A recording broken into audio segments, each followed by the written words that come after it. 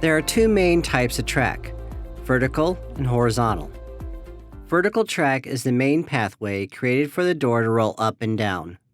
Horizontal track is any track that doesn't travel straight up and down.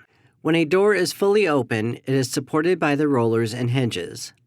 All of that weight puts pressure on the track and causes it to bend slightly. Most residential and commercial track is made for 2-inch rollers. 3-inch track is available for large, commercial, industrial doors.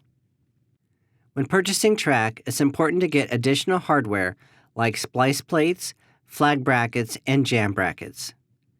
Splice plates are used to connect the vertical track to the curved door track. Flag brackets are used to connect the horizontal track and vertical track where they come together. Jamb brackets are numbered from 1 to 14, with this number signifying the distance from the jamb to the center of the two holes. Because all horizontal track is on a slight angle to allow the door to press tight when closed, the graduated offsets in the jamb brackets help to create this pressure when completely closed.